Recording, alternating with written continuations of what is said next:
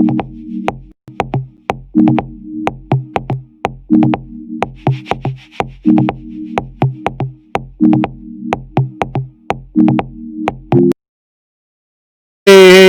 how's y'all doing? This is your host, Mr. Blows Your Minds, and welcome to Black Minds News Report. Today's date is September the 2nd, 2020. I want to say what's good to my fam, my subscribers, my day ones. What's good, everybody? And my few new ones. I want to thank you and for subscribing to Black Minds News. Welcome to the Black Minds News family. Passerbys, if you happen to pass by and clicked on either through because of the thumbnail or maybe the title of the show, welcome to the most hated show in the black corner of the internet. Been in the business since 2012. This is the most suppressed show because we can't get 100 views no matter what we do. We're not in the search engine, so if you pass by, better remember what the name is, MRBLOWSURMIND. Because those and specific people who work with YouTube decided that I made a video back in April 1st of 2014. Said after they seen that video, they said that this channel would never get off the ground, and they've been holding steady fast to it. In a legal way, we'll be dealing with this. So again, go down the aisle, happen to see some things that make them feel some kind of way. Remember, the motto of my show is the truth. Don't need no partner. So today's show, due to the simple fact that you've seen the thumbnail showed you this, right? It said gangs want to protect hood from police. Let me say that again. Gangs want to protect hood from police. As you see in there, see in the front row there, you see that look like gang members having guns pointed at it. Behind that is the police protecting, and then behind them is a family. There was a story done. And I want to get into that. The last couple shows have had a theme as to some people may think that I am advocating that somebody who is an entertainer, athlete, actor are the saviors. That is not why I talked about LeBron James for the last two shows. It is the scenario, situation, and how that correlates and connects to we as Black American descendants of slaves, and the opportunity that a person in his position has been kind of being on both sides of the people been pitching to him, and maybe he may not understand the significance of the time and position he's in, or he could be reading the script and playing us all. Again, I don't put all my eggs in the basket, but I just wanted to present that because there were some things in to talk about. Then I seen a particular story that came up, and maybe y'all heard about it, maybe you seen it, maybe you didn't. It did something like this. Did y'all see this? This says a black father writes open letter to LeBron James. You don't speak for me and my boys. Let me say that again. Black father writes open letter to LeBron James. You don't speak for me and my boys, right? So we see this individual here that we will get into this story here, who decided to pen a letter to the Los Angeles Lakers that somehow found its way into the mainstream of media, went across the ethers, and depending on your position of how you look at what's been taking place. Now, again, the microcosm of the NBA is the simple fact that they're saying that they're standing for social justice, right? And that how the NBA made this new change, and then they wanted to bridge itself to connect itself based on what the failure that happened with the NFL and with the Colin Kaepernick situation. They felt like this would be good for the foundation when your employees are primarily of black men. But again, we have broken down that in the last couple of videos, that even though they say that the NBA is 80% black, that when you use that as a general term, that can include many other people from any other geographical locations. But the fact is that we're talking about BADOS specifically because of what has been going on historically here in the United States. And so there was a lot of feathers being ruffled because of the position that LeBron James took. A lot of, especially white folks, Caucasian people, who believe that sports have nothing to do with political issues, and that you should be able to separate, as they say, like a church and state. But when you are cut from the cloth, how do you separate yourself from what is happening to the people who may not be directly connected to you, but collectively as a nation of people? Is it your obligation, if you have a platform, to speak on behalf of those who, like, let's say, for instance, like Black Minds News, Mr. Blow Your Minds channel? I come on here and I do news on the regular, but based on the way that the system suppresses me and makes sure that my voice is not heard. So you may have people who advocate on behalf of some of these social ills that happen, but the platform cannot be amplified to reach ears and hearts, minds, and spirit. So based on that, they have a platform where they are, many of them are household names. It can also, you understand, get into the mind, hearts, and spirit of those who are watching. And this is what made a lot of white people upset, is because they don't want to be reminded, as if you listen to a lot of the shows, they keep talking about this is our pastime. You're messing with our pastime. Again, it's kind of like, when I did the skit or played the clip of the Do the Right Thing, when he says that, Prince, Bruce, and they're talking about they niggas, but they not niggas, right? And that's how they kind of look at it. Because you'll hear the white talking point that athletes make a certain amount of money. They live in certain neighborhoods. They don't live in those communities, but they try to disassociate themselves with the people as if they always been that way. They had to obtain that. They had to go through vigorous training and had to go through the strongest and the fittest to win, to get to the positions that they are in. So there's a lot of people who have been left behind that could not obtain to where they are, and they think just because they got there that somehow the things that plague their people, they're not supposed to talk about it.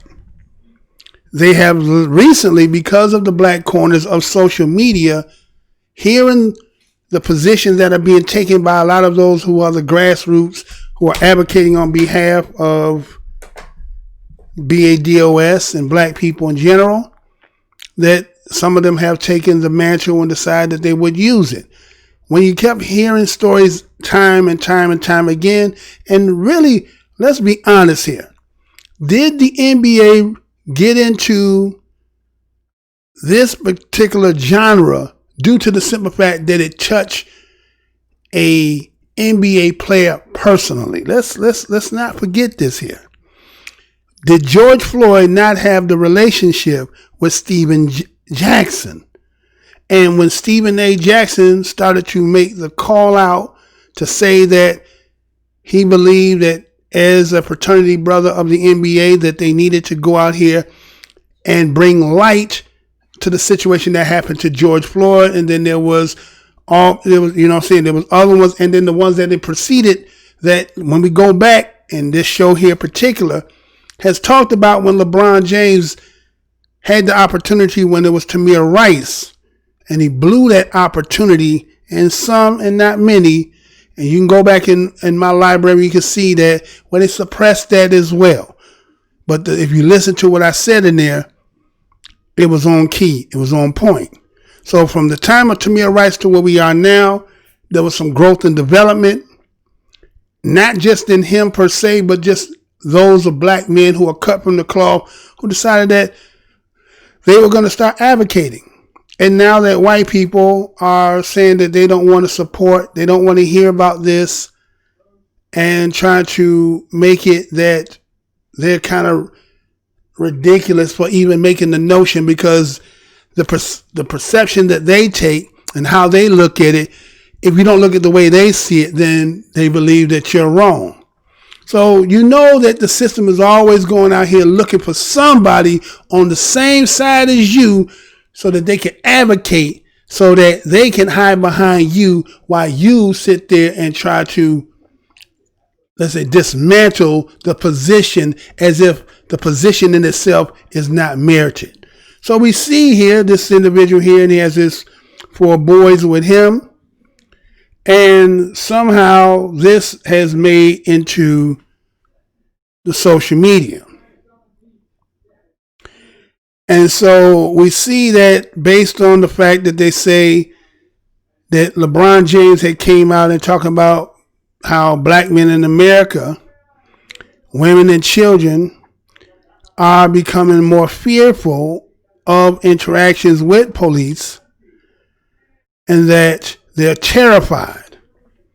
So sometimes you can use a word, sometimes it can be over exaggerated, sometimes it can be used to make an exclamation as to it, and it doesn't have to necessarily mean it is to take in literal, but that doesn't mean that in that word there's not a significant truth to it. So we see that the word terrified, and I guess when he heard that, he decided to put pen to paper and decided that he wanted to go ahead and do this. So what we see is that he wanted to respond to LeBron James' position. And so what he did is he, again, wrote a letter to the Los Angeles Lakers players. Now, the individual you see on your screen name is Patrick D. Hampton. And so what he did is he wrote this letter and he posted this to Facebook. And he said that he advises James to stop blaming the police and help build better fathers. Let me say that again.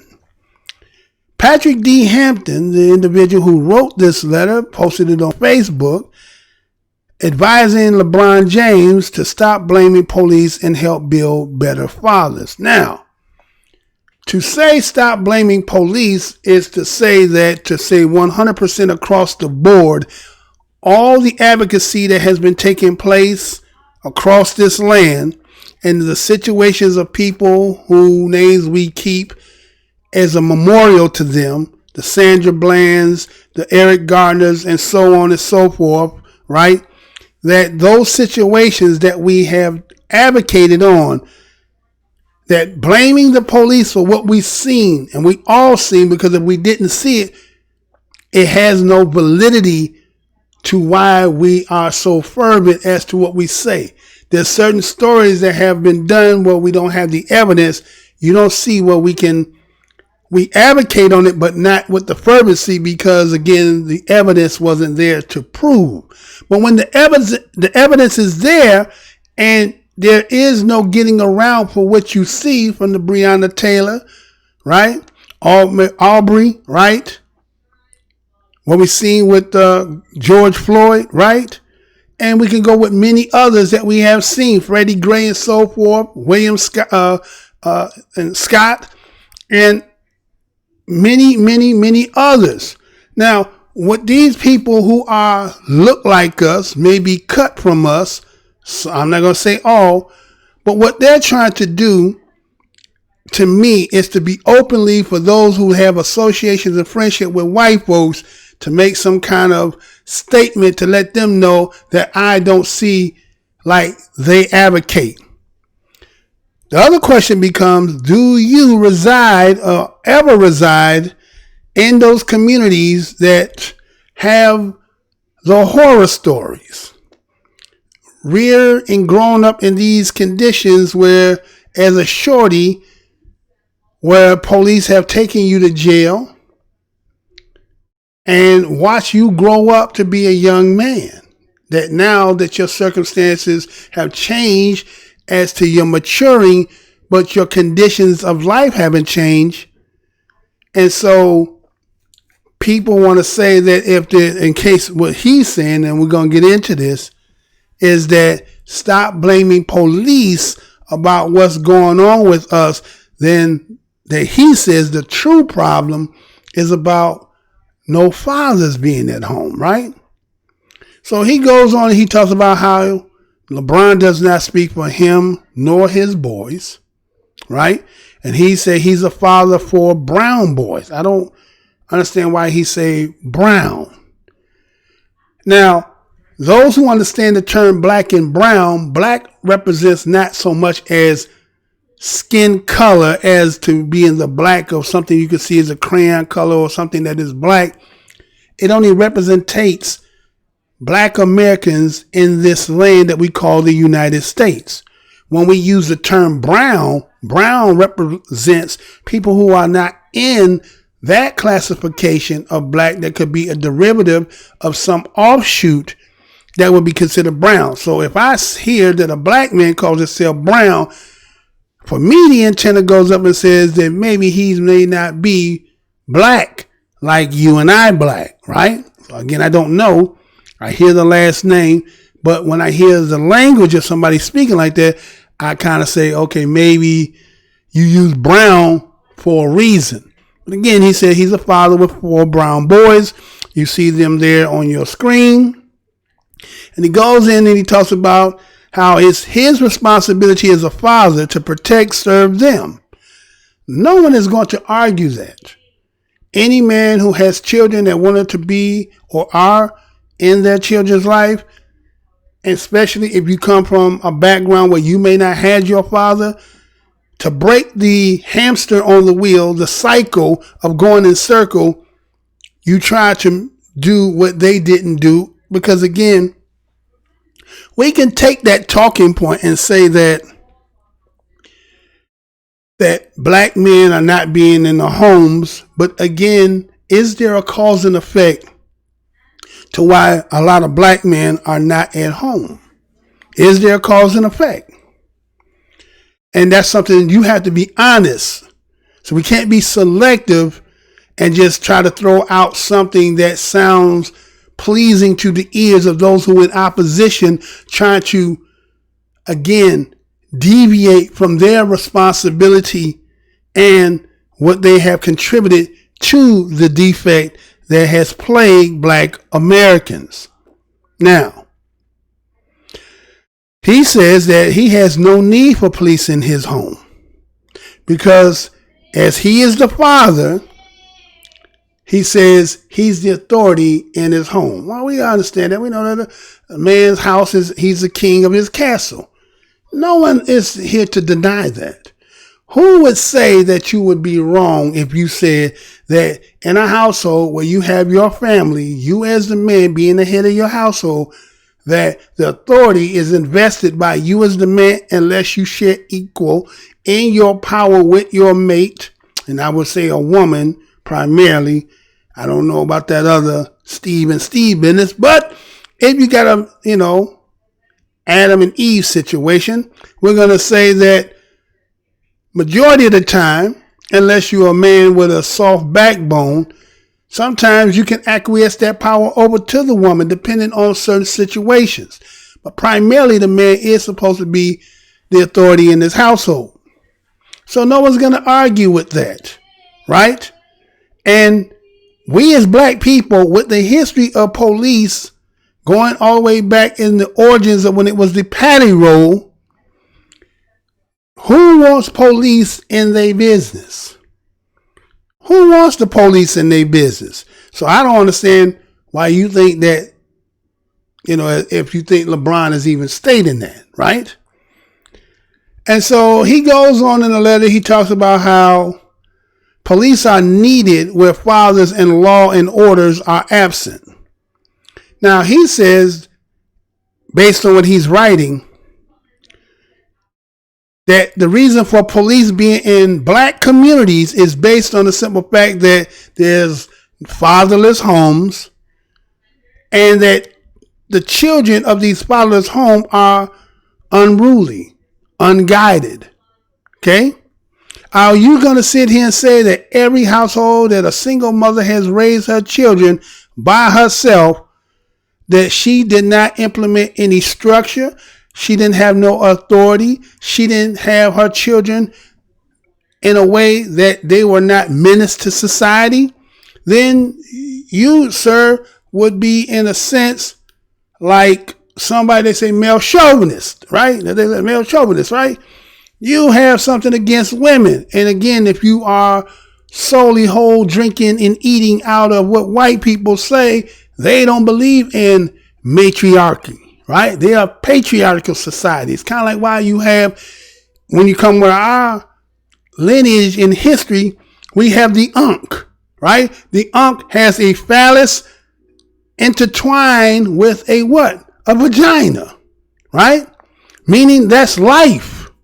But when you look at the white man, when he takes the cross, he has two phallus, right? Steve and Steve in the phallus with the cross. But ours was always uneven. And so even when you look at the Christianity story, they say that the Father, the Son, and the Holy Spirit, they don't have a matriarch. They have no woman involved. So you're speaking from a white mind. The way that you're looking at this already, I can already see you're coming from a place of white thought. And so to say that law and order are absent in the community because there is no fathers, you act as if like because you don't have a father in your household, that there are no men in the community. Let me say that again. Just because a man does not reside in your household as your father doesn't mean that your mama don't have an uncle, which is her brother, or a father, which is her grandfather, which is her, maybe you understand? There are other men that can actually replace when the father is not there. So basically what we're trying to paint the picture of is trying to say that there is no men in none of these communities, and law and order runs wild and rampant because there are no men nowhere to be found. You would be lying if you say that. Many people have not had a man in the household. But let me say this before I go there.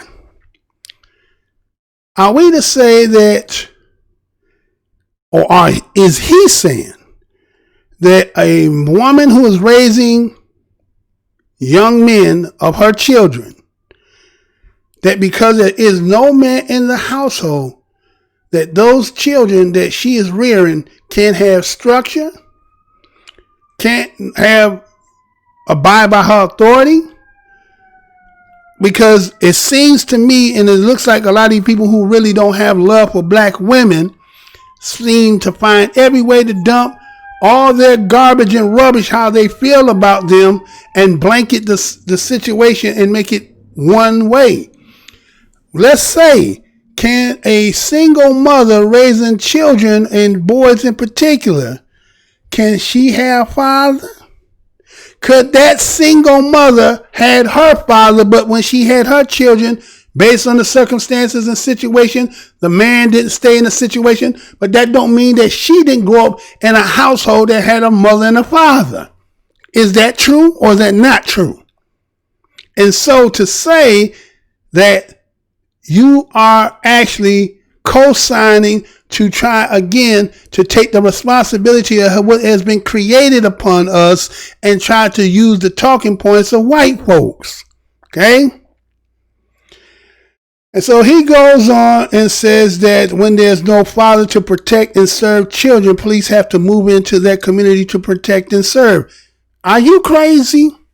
Are you saying when there's no fathers to protect and serve the children, police have to move into that community to protect and serve? Really? Is that how you see why the police are in black communities? Do you understand the history of how the police became really our existence in this country and police pretty much go hand in hand? Before there was the police, as I said earlier, it was the patty rollers.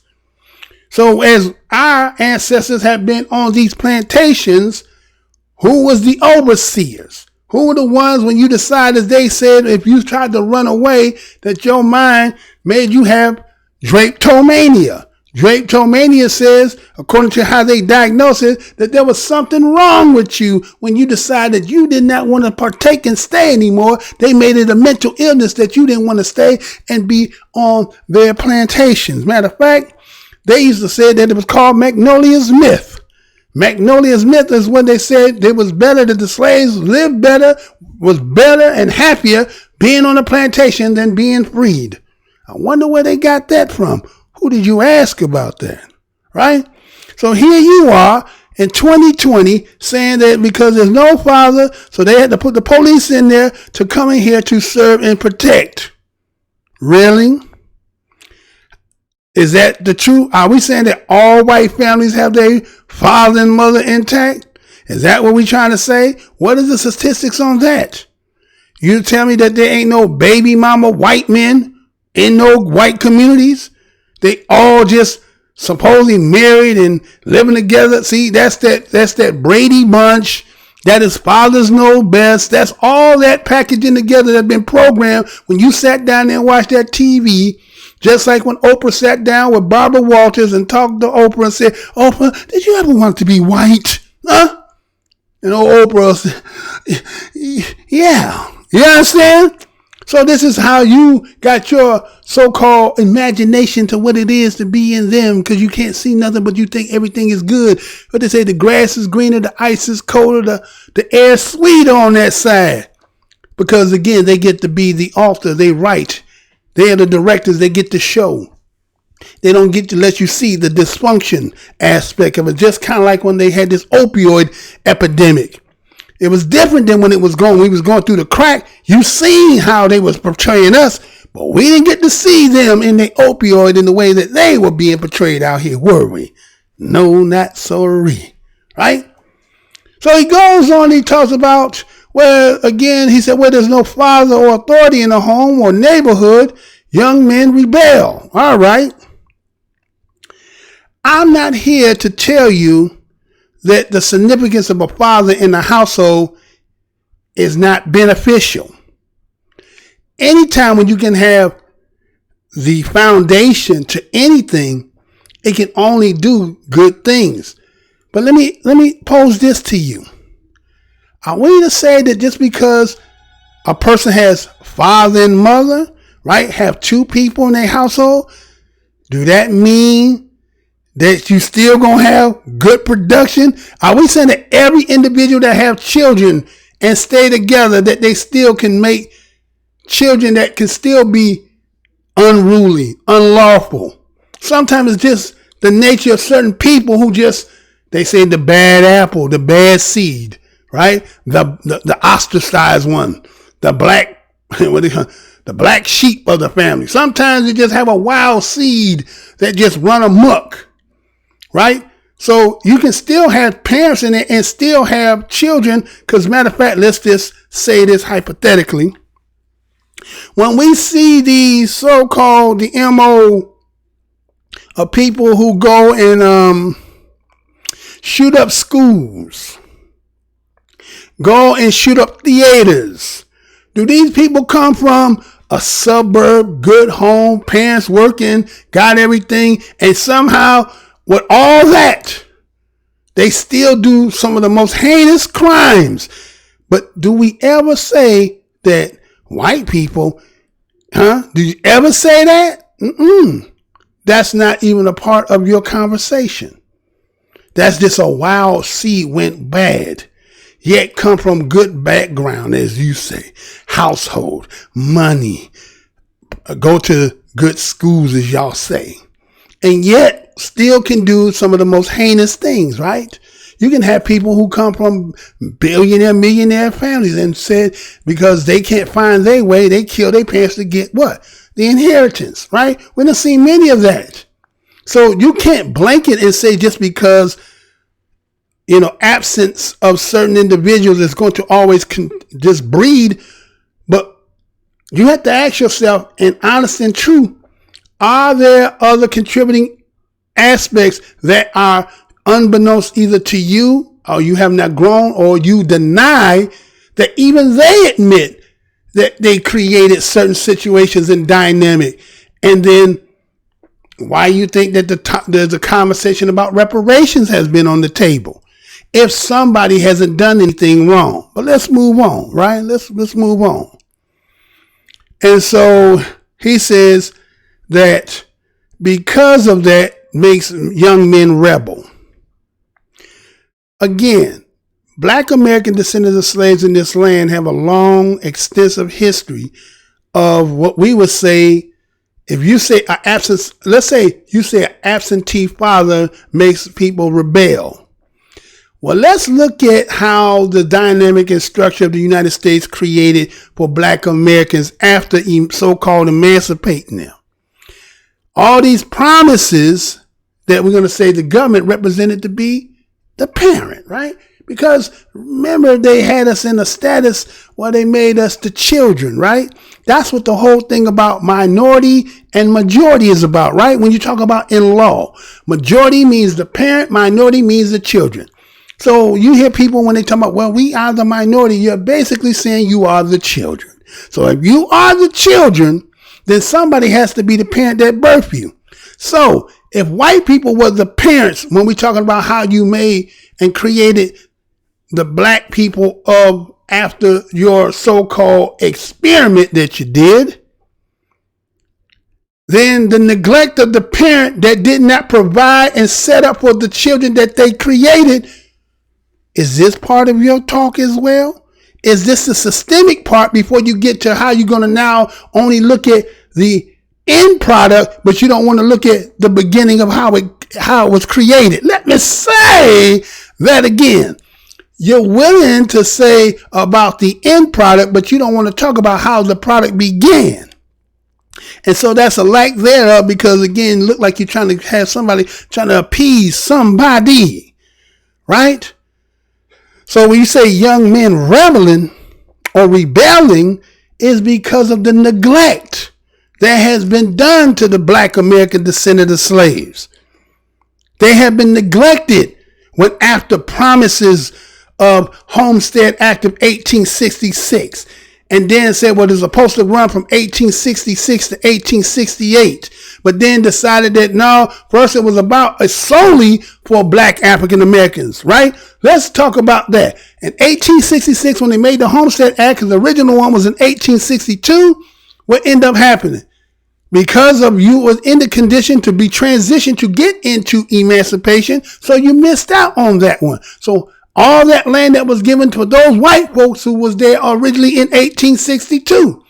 Then after, when Lincoln gets assassinated and dies, and then you get Andrew Johnson gets in as the vice president, he non-voids everything that Lincoln had did. Kind of like how you got Trump saying he trying to do everything with Obama, right? So the emancipation basically was non-void, except for the fact that they try to say, well, y'all got to adhere to the fact that we're going to free them and put them into society, right? That's what Andrew Johnson did. He came in and he reinstated the Confederate. Let me say that again. He came in, reinstated, after here it is, you done had so-called Civil War, and this is why you see the statues and the stuff to this day, is because why?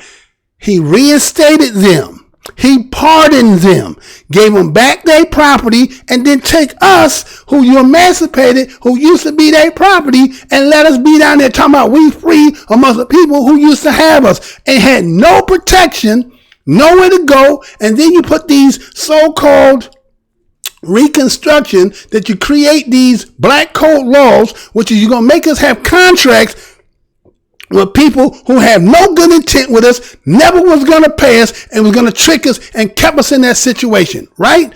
So in 1866, you decided you was going to give us some property in the Homestead Act, specifically for black Americans. No, you know how it is. Every time we talk about anything you want to deal directly with black folks, So what we're going to do is we're going to add white folks into there, right? So now, instead of it running the 2-year course, black folks, remember, fell into the Union Army. So they had some money. They said that back at that time that an acre was about $1.25 an acre. Black folks was enlisted in the Union Army. So being in there, have some pay, they could have paid. But guess what happened? They buying stuff, but the white element ain't trying to let you get set up and take everything. And the fact that they made that Freeman Bureau Bank, that you put all our money in there and you took all that money to make us go back into slavery once again. Do you know your history? See, we like talking about how responsibility and father, but we don't want to talk about the cause and effects that got us to the position that what we are in, right? We don't want to talk about that. Okay? So what we want to say is because of father and the people young rebelling is because of neglect of the original father who never held his promises to anything that he said he was going to do, and made a trick bag for you the whole time while you thinking that you somehow are in part of the system. In the back of his mind, he know you're not part of it. Right?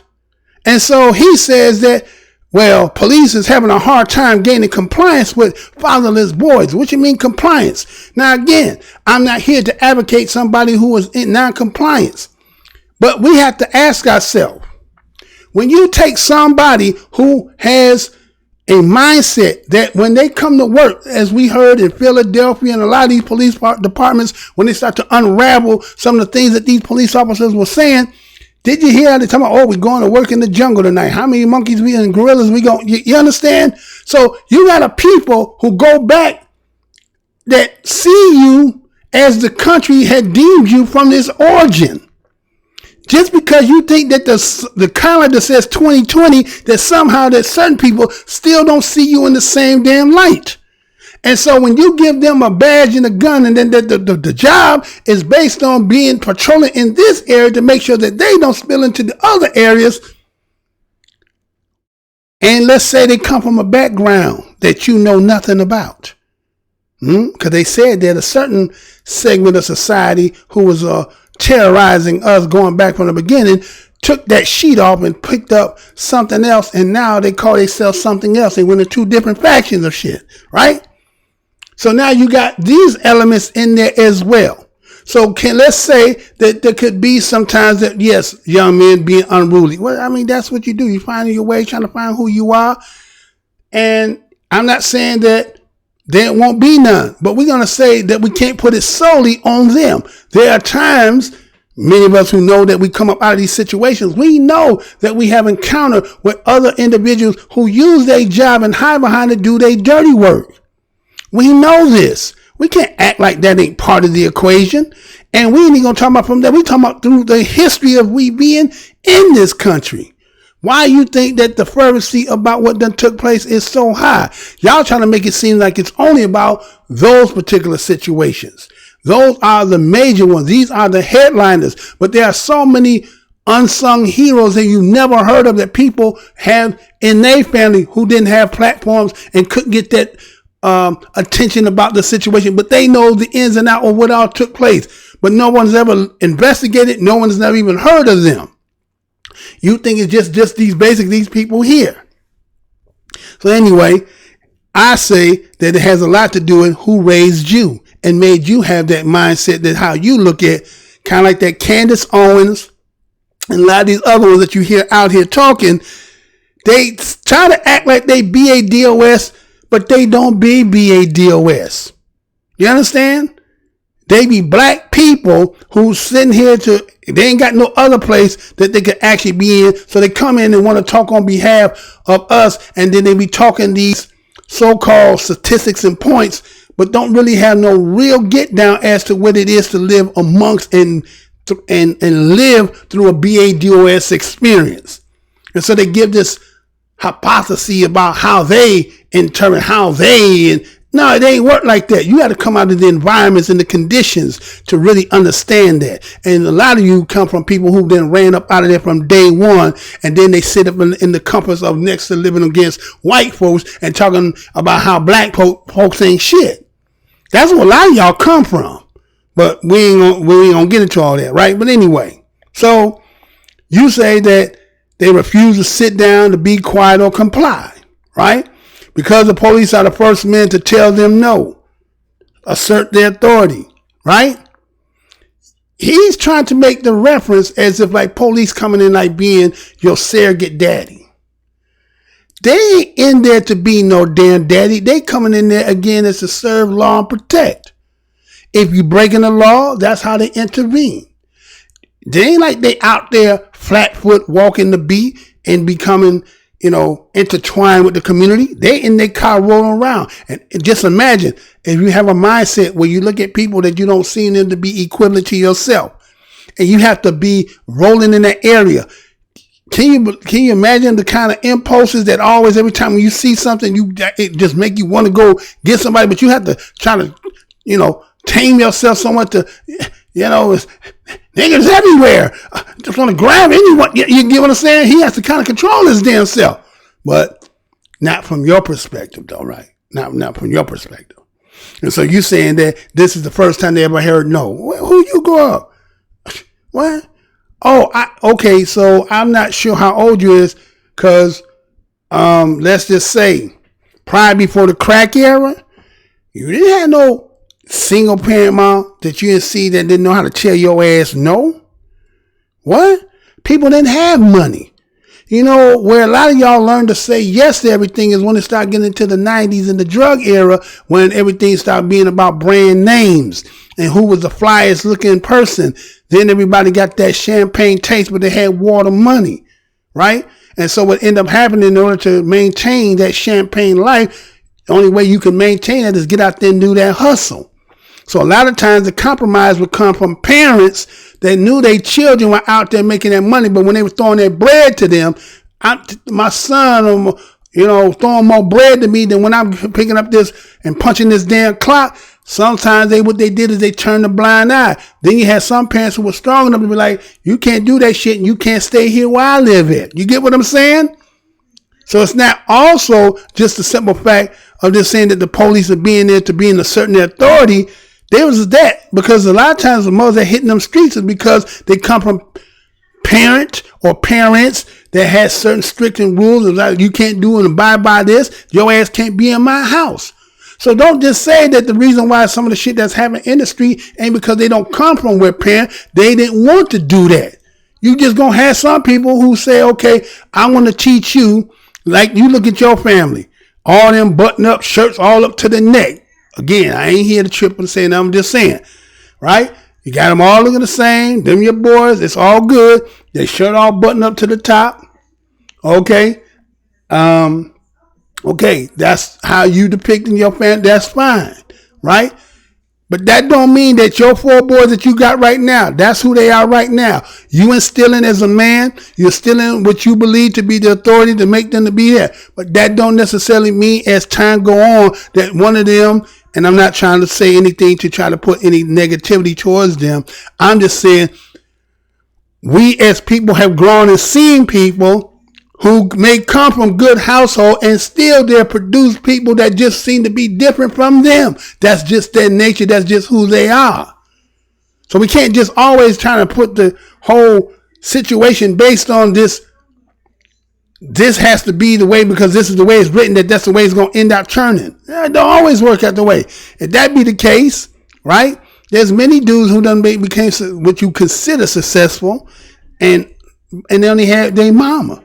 You see, let's say since we're talking about the NBA, you got Kevin Durant, you got Allen Iverson, and there's many more, LeBron James and so forth. They may have some tendencies that because lack thereof having the father right there with them, but they still turned out in a way that you don't see them and hear that. And so he's out here advocating. But you got a problem with it because you got a problem with black people.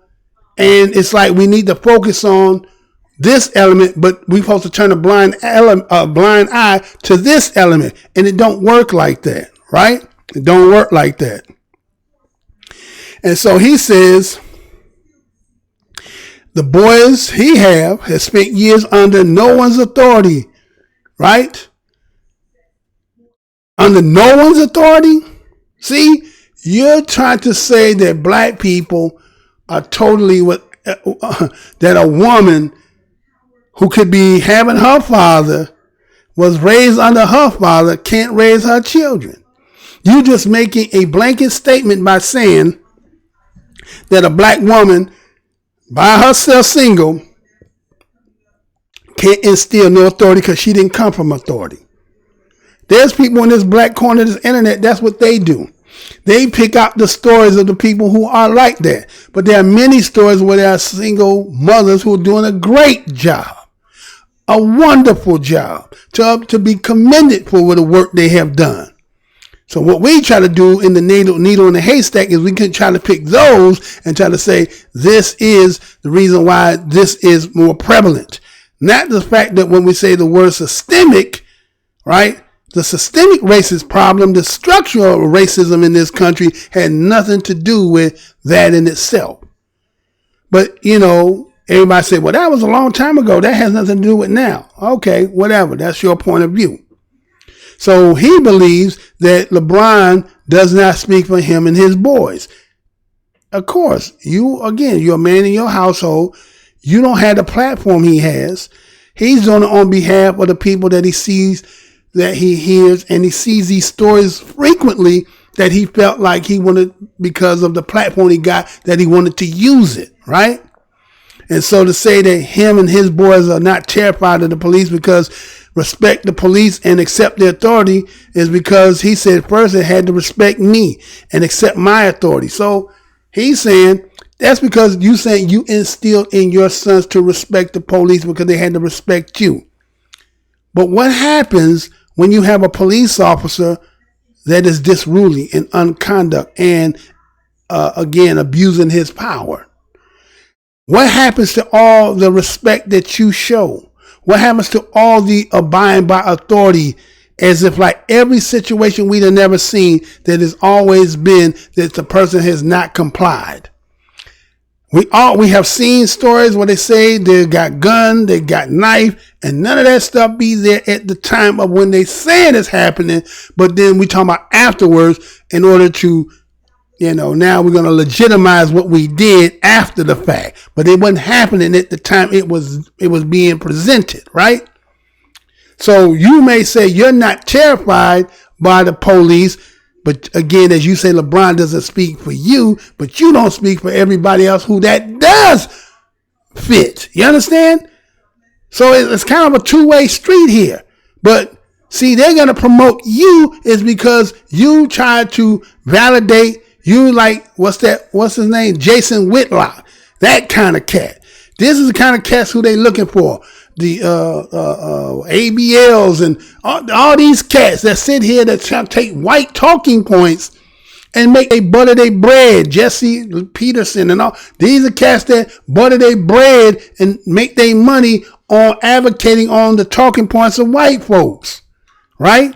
There's no money to be made when you advocate on black like what I do, right? They suppress you, they keep you out of the corner and all that. Matter of fact, take a quick one. Take a quick one. Take a quick one. Yeah, take that quick one and be right back.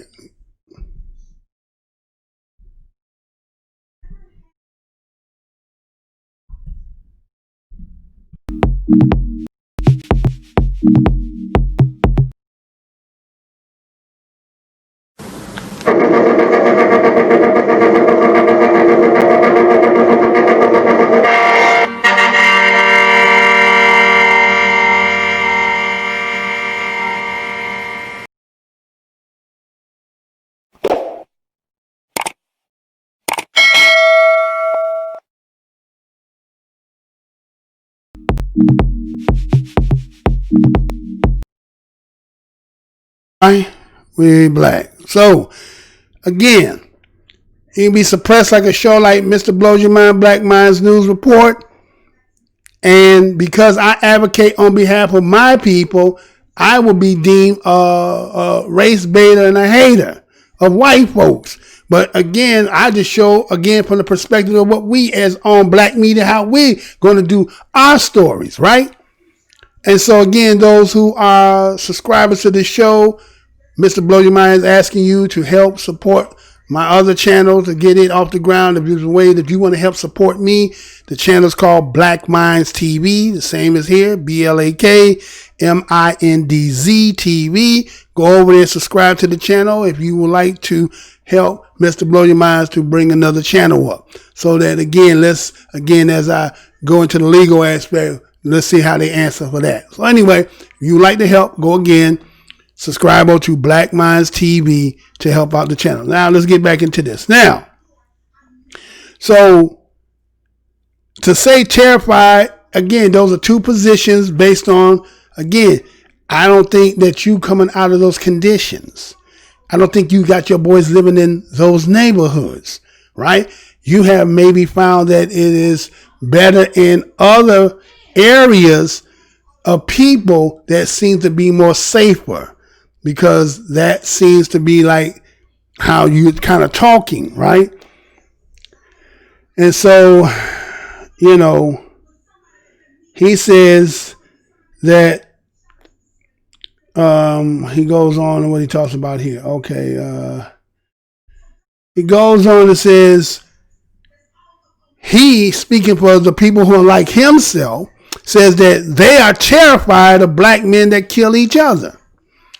Now, again, we're not here to deny the fact that we know that there is a problem. But again, is that cause and effect? Is that natural? And the other question becomes, do other nations also kill each other who they live in the confines of each other? So they say you kill where you live, right? You have disagreements and arguments and confrontations of what people who of like self, right? Now, again, a lot of our people who live in other communities, right? You be the, out of place person, but you feel safe. But it's not like those statistics aren't out there. You're not here to regurgitate that. You're not going to be here to try to make white people look bad. See, they're not going to let you do that with them. But it's okay to take us and throw us out there and air the laundry and try to make us look as bad as you can be. But again, we're not denying the fact that there is, the black on black, but is there some spiritual things that have been created through a design by other people who are never going to admit it? You have to learn, mature, and grow to be able to understand and see it.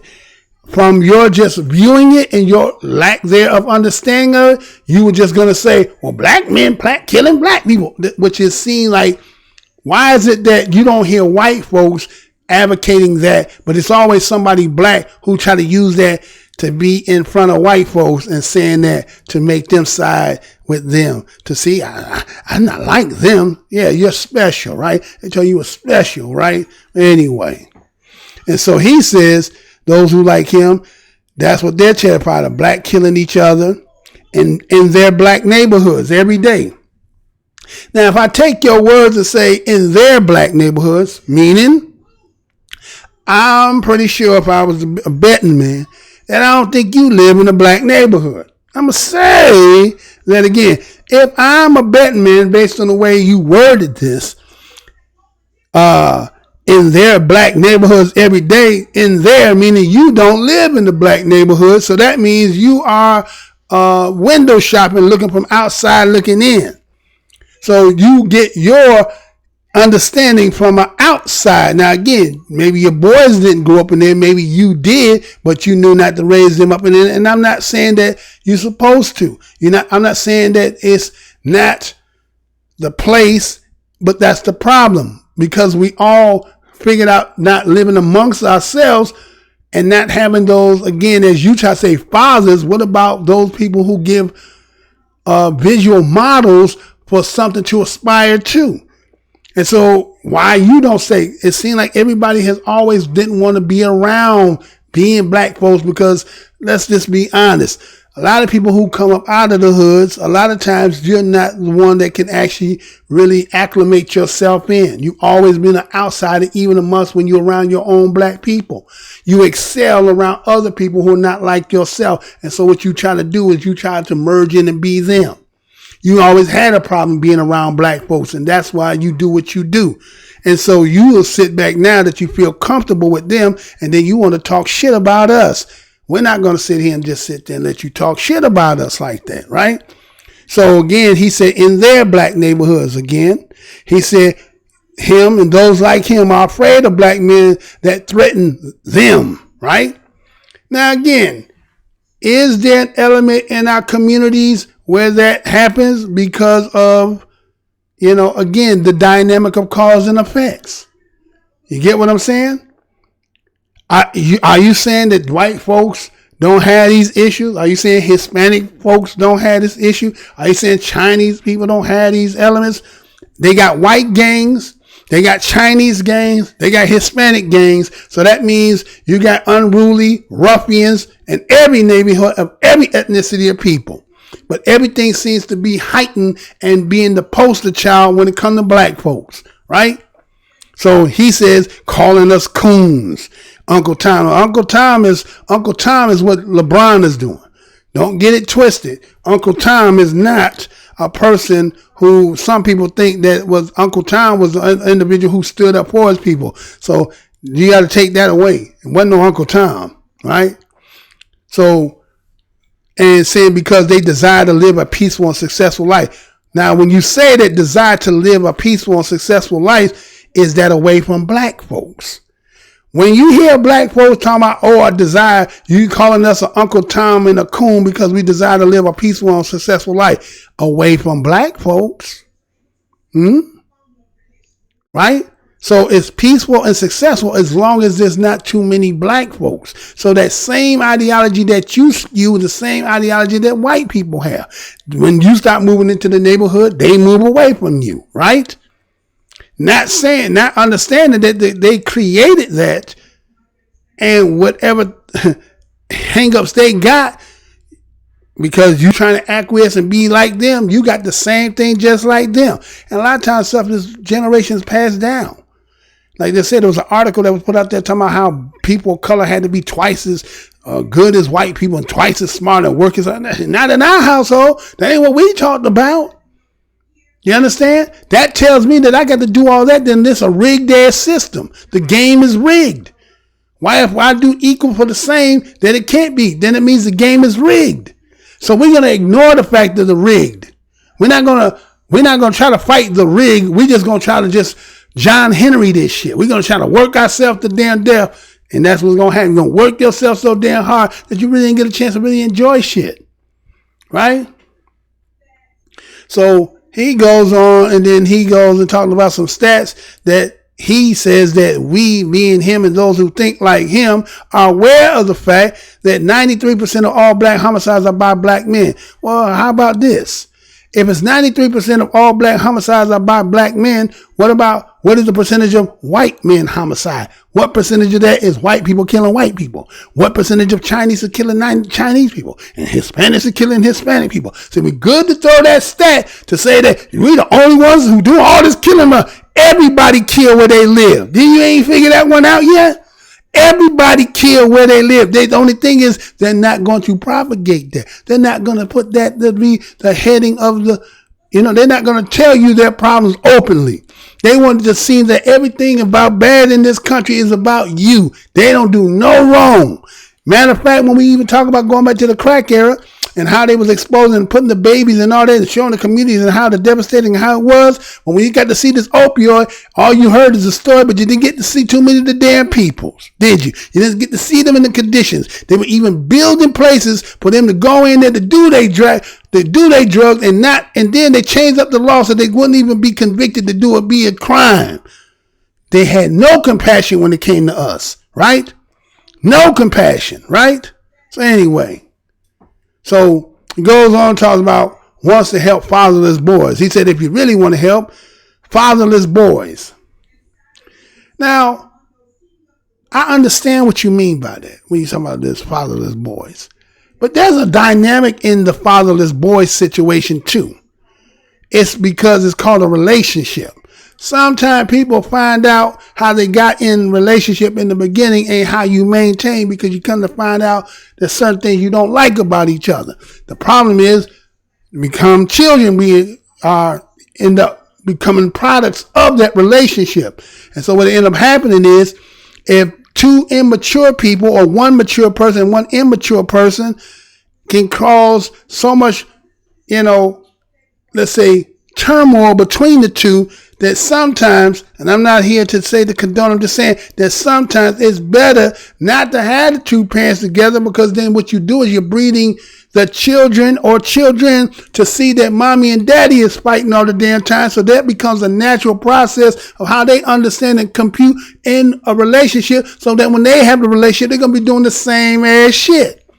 So sometimes that dynamic is better when that parent is extricated out of it.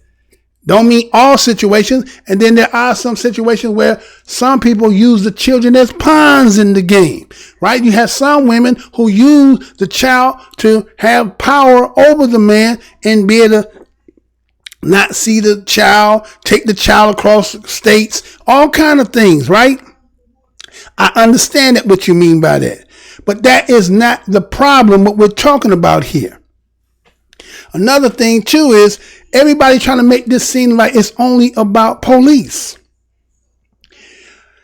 The Black American problem is a whole package. It ain't just about no damn police. We're talking about the entirety of the system. Everything since we've been here has been failed against us. Why everybody just trying to focus? It's only about reforming police. It's bigger than that. That's just one facet of the whole tentacle of the system of it. So we just trying to focus just on this, because that is a systemic, or a matter of fact, that is a trickle down from higher ups, from different facets of shit. So why are we just trying to say, again, trying to make it seem as only this? See, that's you. You don't understand this like you think you do. But anyway, so he says that stop using fear tactics and guilt. Wait a minute. See, is it not real when you see Jacob Blake get shot in his back? I know everybody wants to talk about his background. They found a knife. But at the time when he was doing, now remember, there was two parts to that video, especially if you watch over here on Black Minds News. Did you not see he was over in that corner? They were wrestling and fighting with him. Why nobody mentioned knife then? When you were in tussle, grabbing his head, banging it against the car, where was the knife at then? Wasn't no knife. Yet you tased him. Y'all put hands on him. He got up, because let's just say, hypothetically, let's say he stays there after he gets into, because again, we didn't get to see the beginning of the altercation. We just got to see, as with the person who was showing that video, it was already in progress. But let's just say that Jacob Blake was sitting there thinking that here it is, he in this altercation with these police officers, and maybe he's thinking that he's at the back door of his vehicle and his children are right there. What if this mug starts shooting? Now, let me say that again. You know, he was down on that ground when they were banging his head. And that whole thing when they talk about tasing him and they wrestle him to the ground. Could Jacob Blake been thinking that, you know what? To protect my children, I need to move from this position here, right? I need to move, right? Because if they start shooting me right here, it's more the high probability of them shooting, going through that window in that door and hitting his babies that nobody ain't even thought about could happen, could it? It could have happened, couldn't it? Now, again, am I condoning that he got up and did what he did? Okay, he had his reasons. Again, you say that stop promoting fear, right? Fear tactic. Could Jacob Blake be fearful of his life at that situation? We don't know until Jacob Blake speaks on his behalf We haven't seen no reports yet by the police, right? We hearing parents speaking and things like that, and then they're just replaying the video. But the police have not really stated exactly what had took place. They're letting the video do all the talking. So they want now is they want the statement from Jacob Blake, and then they want to counter it. Why not put out what you got already if you gonna stand on it and say that it was 100% on what he? Because again, if you came there for a call for domestic, did you talk to anybody about the domestic? Where's the reports on all that stuff? But anyway, but this is a position you saying. You saying fear tactic. Was it fear tactic when we seen George Floyd's situation? Was it fear tactic when we seen the Breonna Taylor situation? Was it fear tactic when you seen Ahmaud Arbery? Was that fear tactic too? Or was it what it is what it was, right? So if you say guilty trip, who's the one got the guilty trip? Who's guilty? Who the one feel guilty about when you start talking about something? Let me ask you that question. Who the one feeling guilty? Can you feel guilty when you ain't never done nothing? Ask yourself that. Can you be guilty if you ain't done nothing? Do you feel some remorse when you ain't done nothing? You only feel guilty because only you know what you done did. Huh? So a guilt trip. So you want us to stop making them feel guilty about the shit that they doing. What type of nigga is you? Huh? What type of nigga is you that you talking about? You need to stop making them feel guilty.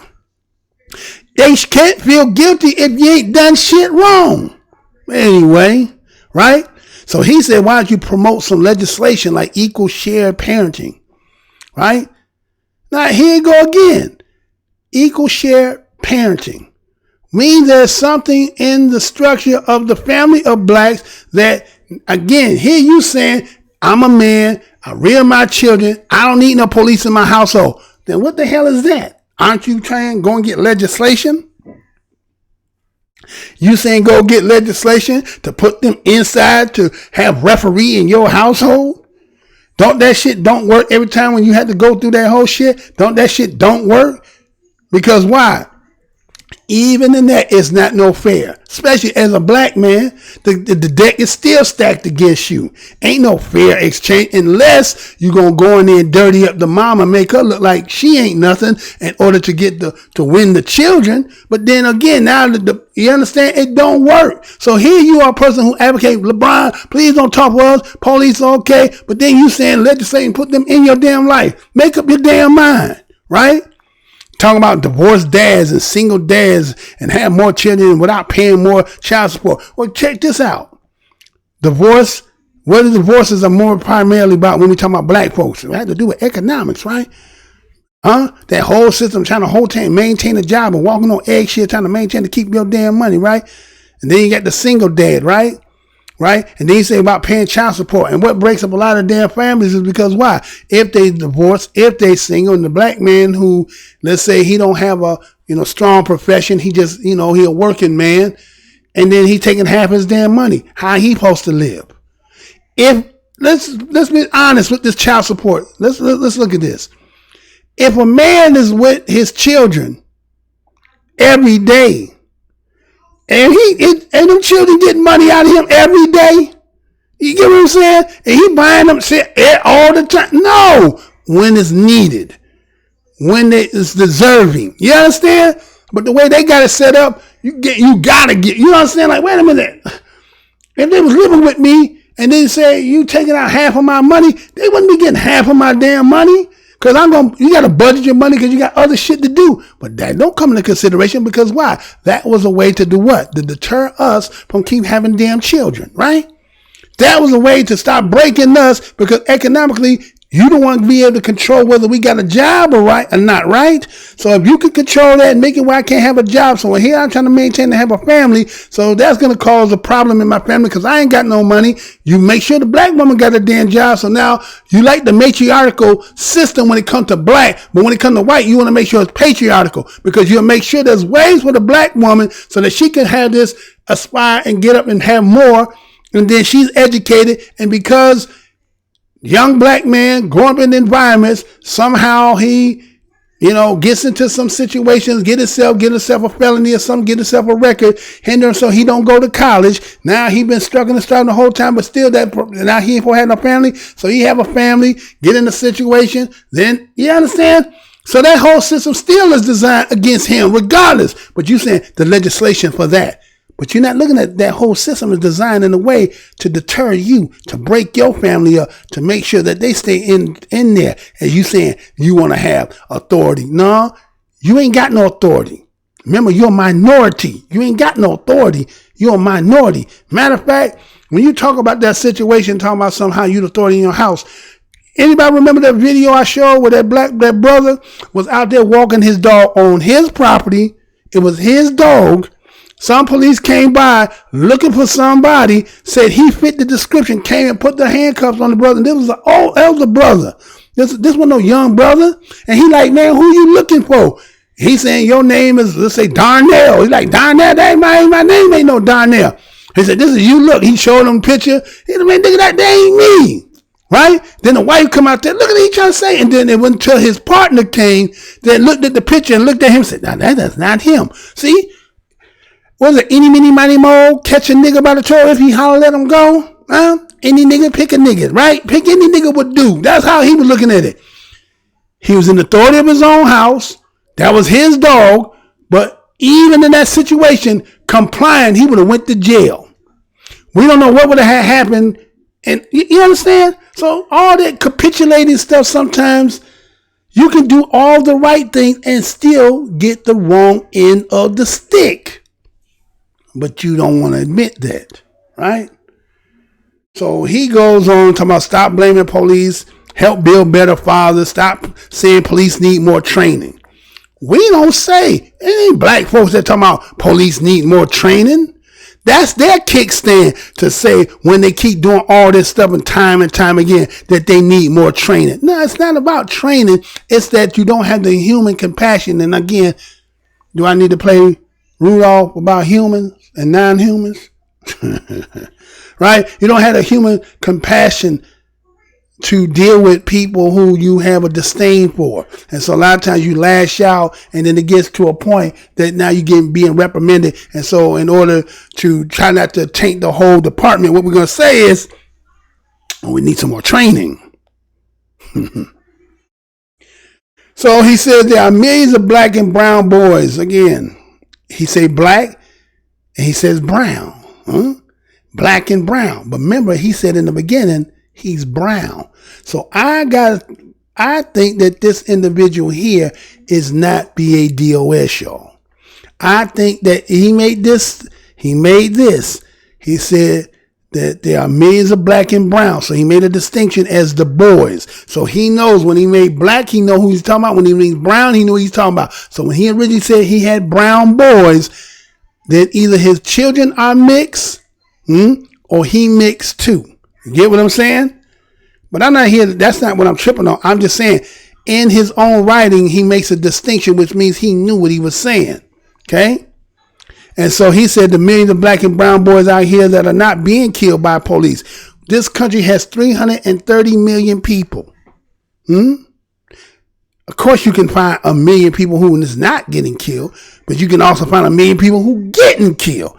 Now, the thing is, we're not going to just say kill. We're just going to say have bad encounters, right? Even those good ones have bad encounters. That's what I said. Why do you think that this stuff has, engulfed this whole country? Because everybody has their story about interactions with police officers that were not good. Not everybody was non-compliant. Not everybody was trying to resist. Sometimes it was just some motherfucker, and that's just he wanted to get his rocks off, and he did it, right? So he want to say they're doing well.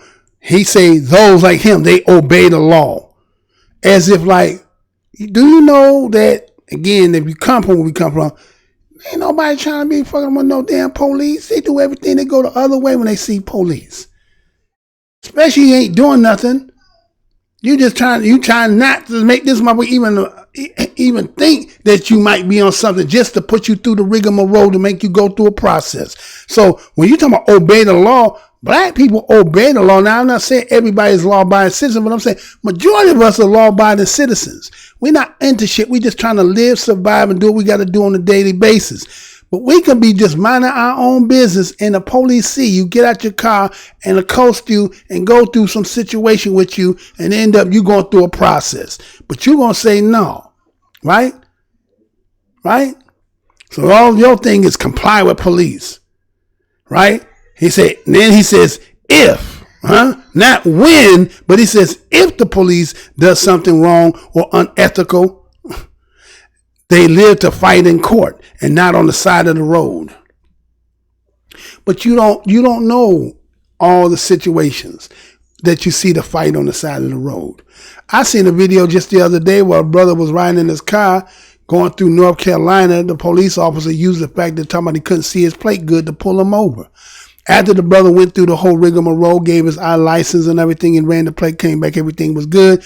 The police officer still, after all that, said, I'm going to write you a warning ticket, but, can I check your car to see if you got any drugs or a gun? He's like, no, I'm not consent to that. So they called the dog walking around, right? Can that situation still go awry? He didn't want to comply because he like, wait a minute. You already pulling me over for nonsense. But now you want to use the nonsense that you pulled me over to look for further things. But let's just say these were the wrong, as you say, unethical cops. And they throw a bag in there on you. So you talk about live to go to court. But that going to court can devastate us. Let me say that again. You ever had somebody plant some shit on you? Or have you go through that situation, that process, and then here you got to go to jail, and then you got to keep going back and forth on the continuation that is affecting the tell you got to continue your job, I got to take off, and then to go through that whole process and to come find out all that was just a process, but it didn't put you in pearls because of the taking off, getting lawyer. You understand? So people can wreak havoc on you. And still you was complying. I'm not going to say that's all the time. We're just going to say that it does happen. And when we're talking about with black men, it happens more than the rest of everybody else. And we know that because, again, we're a smaller portion of the population, but we are the most incarcerated in the prison system. Does that mean that all of us, again, because you saying because we don't have fathers and don't comply, or could it just be that we see that people keep doing 30, 40 years and coming out and was exonerated because they were not guilty? And even when at the time when they were prosecuting them, the cases was already shown, but they say we're going to let you go in there anyway. You understand? So to sit here and try to make it seem like that what LeBron James is doing, yes, he's making white folks angry. Yes, they're not liking what he's saying because, again, it's all he's doing. And every time we talk about it, is to remind you of the shit that you know that whether you consciously complicit or unconscious complicit, it's happening. It's an epidemic. And it's always have been. Before, again, I don't know how old you is. There was a time before there was cameras. When the black man story, when the lawyers will always tell you, yeah, everybody in jail say they're innocent. And then to now that you have camera, then when you still show it, they tell you what you see is not what you really see. That kind of shit. There's always some excuse to the fact of what somebody doing. But again, you have a right to be able to say the open letter to LeBron James that he don't speak for me and your boys. That's fine. That's fine. But that don't mean he ain't speaking for other people who he do represent. Again, this is Black Mind News, and go ahead, give me one more dose.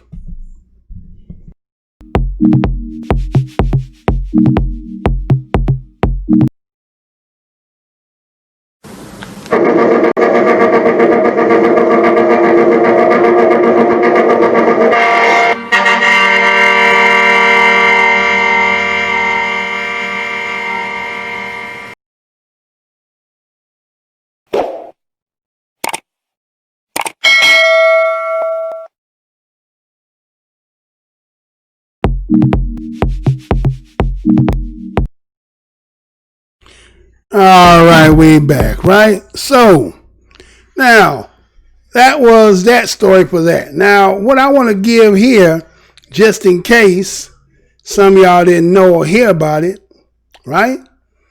I want y'all to see this here, okay? I want you to see this here, right?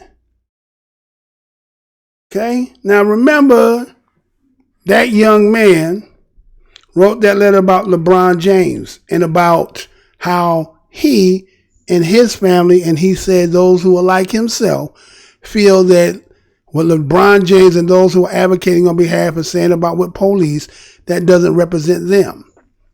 Now, he is a person, again, according to the way he wrote the story, he don't seem to be from there, particularly with his family, or could have been there once upon a time. He may not be black, he might be brown, okay, whatever that might mean. So that's his perspective. So let's say that somebody who comes out of the environment that this country knows about, right? Let's say in this country, there are specific cities that is known for everything that he mentioned, right? That, let's say he talk about fatherless boys, rebels, and the things that he said they were scared of black men killing black men. Okay, so if I take you to a place that's going to show you, right, going to show you this, and hear good what's going down, right? I want you to hear this because he wrote the letter saying that, and a lot of people will take what he said and they're going to run with that. Yeah, right? You guys are just making up. You're just trying to say that you're the police, and it's you guys. It's really you guys, right? So since he says he respects authority, right? He complies with it, right? So if I give you this story here that's saying that the authorities are saying this, right? That they said this issue that's going to be a problem for them, but you got to look at what's taking place here and ask yourself, based on what you said, based on what you about to hear, what I'm about to show you, right? Where's that at? We got that together. Let's see. We don't got that, right? Yeah, we got it. Okay. All right. So listen to this story and be right back. Check this out.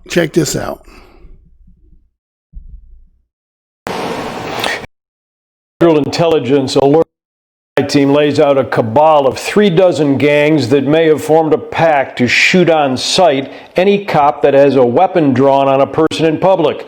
FBI officials warning there is information that gangs may be following police and looking to film the attacks for playback on social media. What happened here in Kenosha a week ago is the kind of situation that gang members are said to be scouting, police with their guns trained on someone. That is the warning in this FBI Chicago potential activity alert dated August 26th.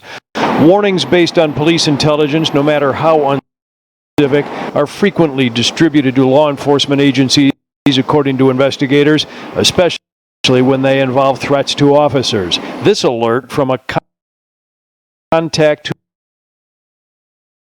whose reporting is limited and whose reliability cannot be determined, but circulated nonetheless. The bulletin sent to law enforcement outlets states that leaders of numerous gangs have formed a pact to shoot on sight any cop that has a weapon drawn on any subject in public.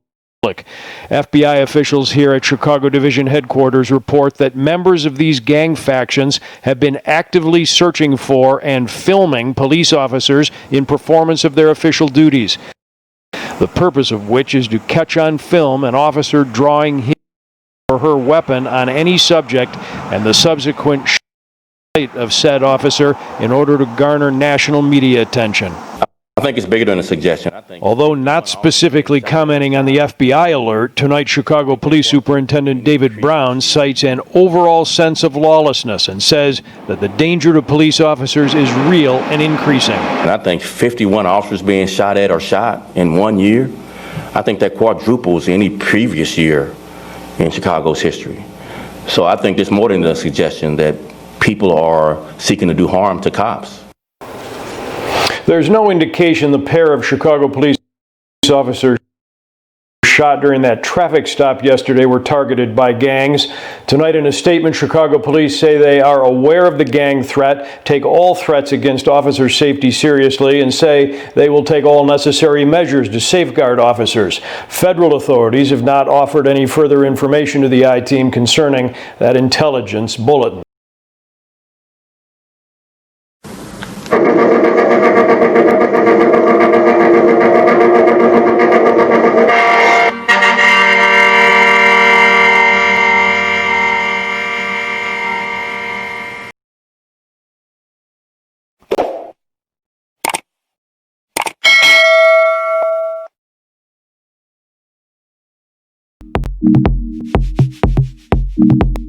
All right, so we back, right?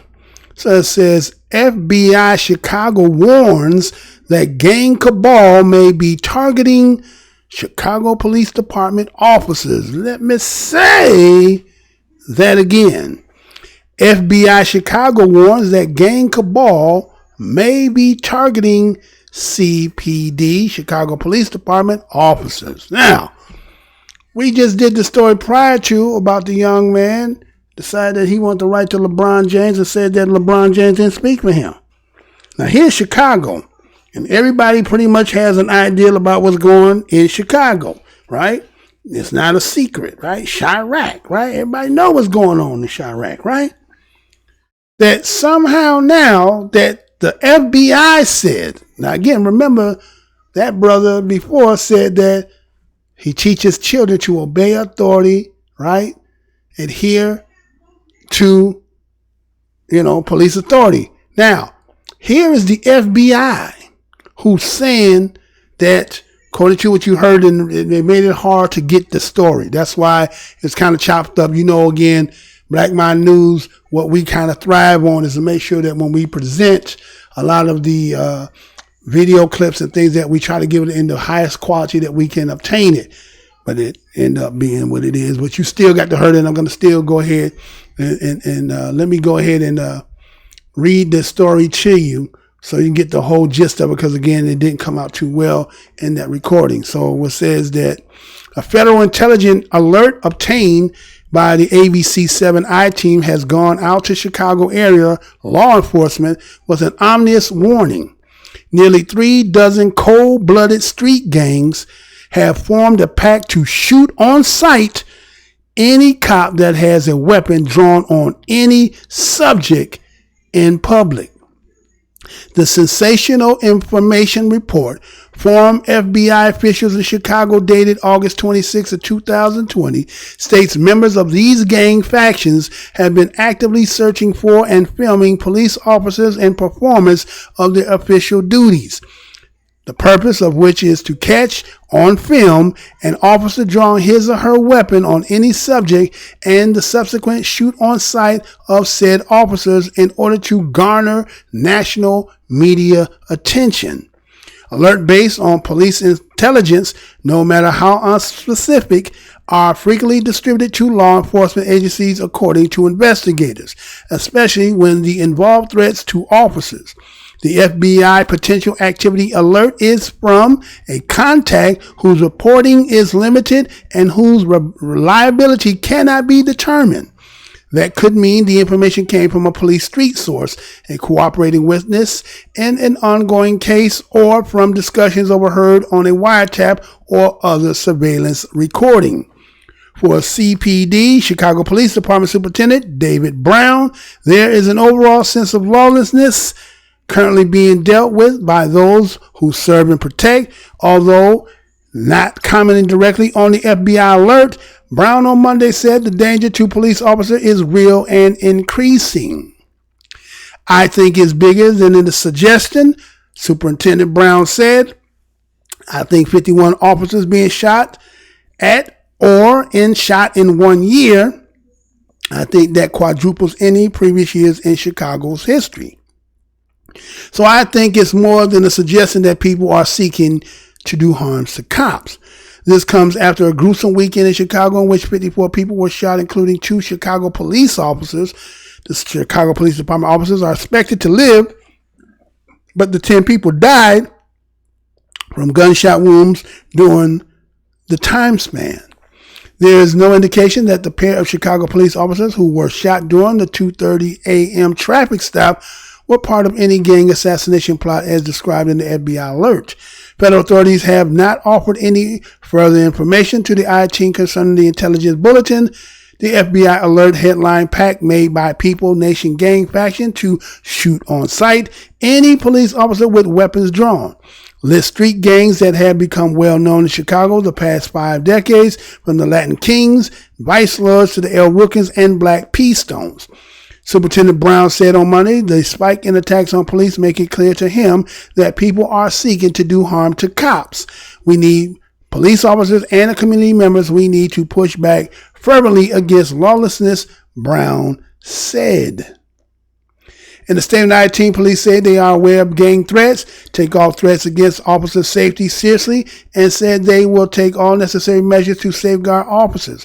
Federal authorities have not offered any further information concerning the intelligence bulletin. Now, that's the totality of what they said in that also. So there's everything there. So what we see here is, according to the FBI, and what they're saying is they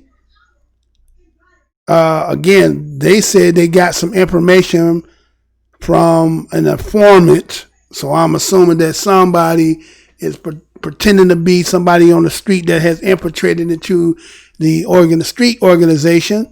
And somehow this information has gotten back to the FBI that they are stating that if they see police out there holding guns on people, that they're going to go and try to protect and shoot them. Right?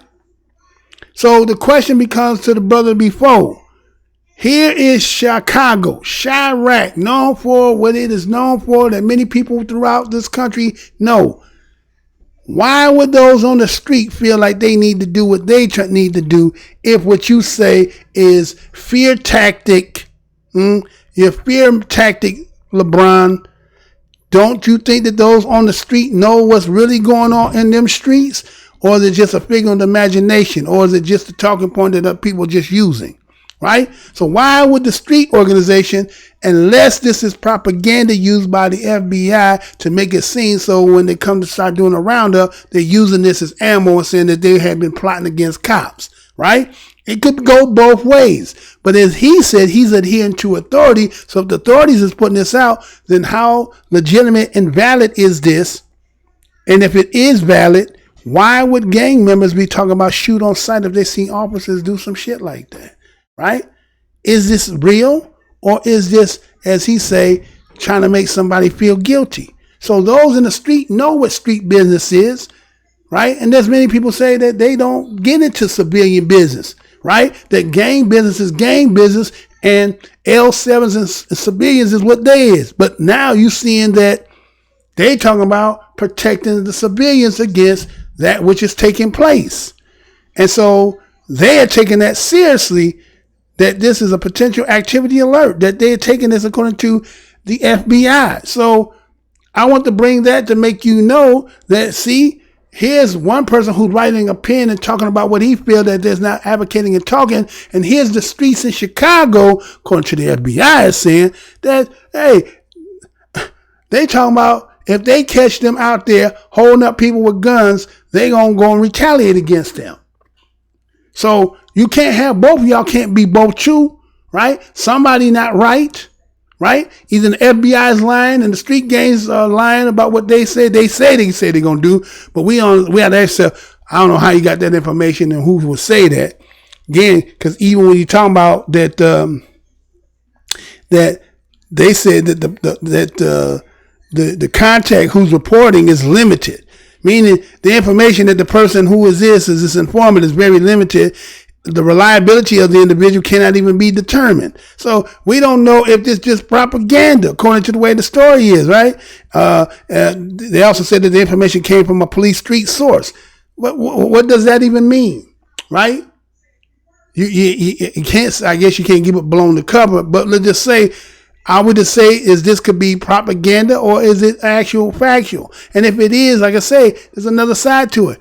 Street business is starting to say, I need to start protecting, because again, when you look at the origins of what it was about, that was what it was about, protecting the community at one time, and it lost that because of the money business, right? Somehow something has happened that they feel like they need to go back. I'm not going to say that this story is 100. I'm just going to say this is what they're putting out there. There's a lot of questions to ask about that, but that's what they're saying. But so somebody who wrote like what he did with LeBron, he's saying, you know what? If they say it got to be true because they're authority. So if we're going to adhere to what the authorities say, they saying that the gangs is ready to go ahead and take care of that business. They see them, and they taking that with a personal threat. So why would a street business want to take and protect civilians if what you say that scared in the streets and all that is not real? We talking about Chicago. All right. So again, I want to thank each and every one of y'all for coming over here, clicking on the video. Tell me what you think about the stories that have been relayed to you. Again, like, share, comment, subscribe, dislike, do all that good stuff. And again, if you want to help Mr. Blow Your Mind, go to my other channel, Black Minds TV, BLAKMINDZ TV. Go over there and subscribe for me. Help me get this 1,000 subscribers. And let me get them hours up. And then for those who be sending me messages talking about how they want to help support me, this is a good way that you can do it. So again, I'm your host, Mr. Blows Your Minds. And this has been another Black Minds News Report. Until the next show, y'all, peace and love.